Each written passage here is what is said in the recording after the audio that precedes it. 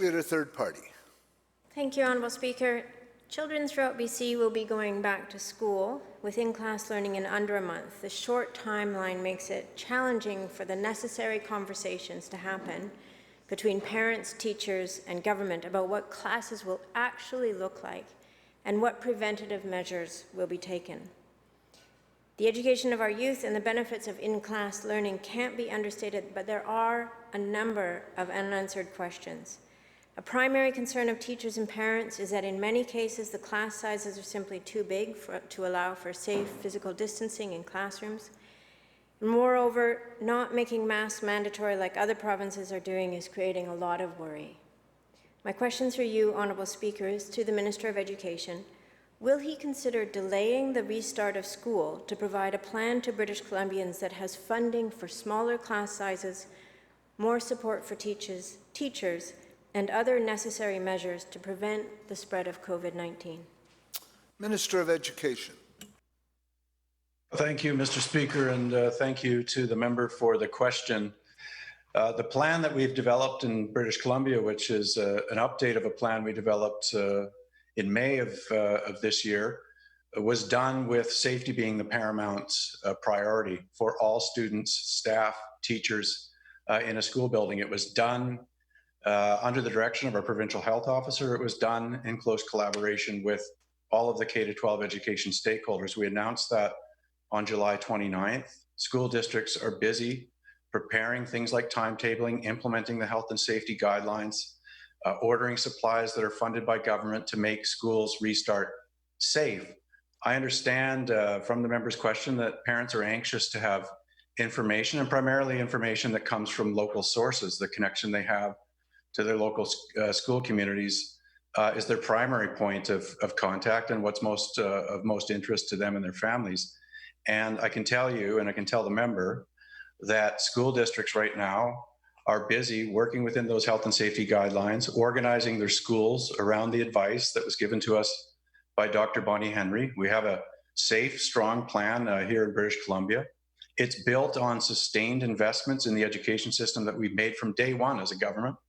We've invested, for example, $450 million to make class sizes in British Columbia the smallest they've been in a generation. That means an average of 18 students, for example, in kindergarten, 19 students typically in primary grades, and 22 students in high school settings. Those are the basis and the result of profound investment that this government has made in schools, and that was made much prior to the pandemic, but helps us and stands us in good stead during a pandemic to have smaller learning environments, more one-on-one attention by teachers. We've organized the safe return to school on a number of principles that were developed by public health.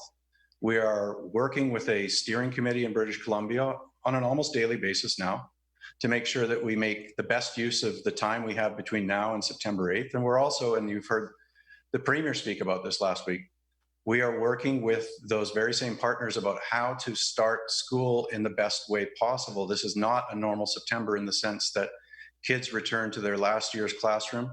They need the time and space to have the learning teams, the administrators, the teachers and support staff very familiar with the health and safety protocols and the organizational layout of a school. And then we'll be in a position to safely and on a staggered basis welcome students back to school. So we'll have more details about that. Those are conversations that are active ongoing right now. But those are also discussions that have arisen at the steering committee that we're very conscious of and that we're working through with all of our education partners. House Leader, third party on a supplemental. Thank you, Honourable Speaker. And that was a lot of information. I take it as the Minister pointed out, not considering a delay to the start of the school year. And as he notes, there's a lot to consider with the restart of schools. Many parents rely on school not just for kids' education, but also for childcare, and before and after school programs are crucial for many working parents. So if we expect people to go back to work, they need to know that their children will be taken care of. And as we've noted, the back to school plan requires more clarity, and the steering committee has yet to discuss, as far as we know, the before and after school programs. Meanwhile, many care centers usually care for children from multiple schools, and while the province has been talking with teachers and school administrators, we haven't heard about what the additional supports there will be for early childhood educators.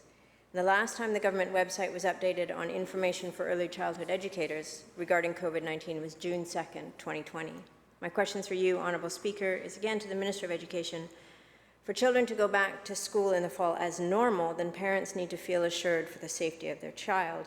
Will there be a plan presented that encompasses the entire spectrum of the education system, including before and after school care? Minister of Education.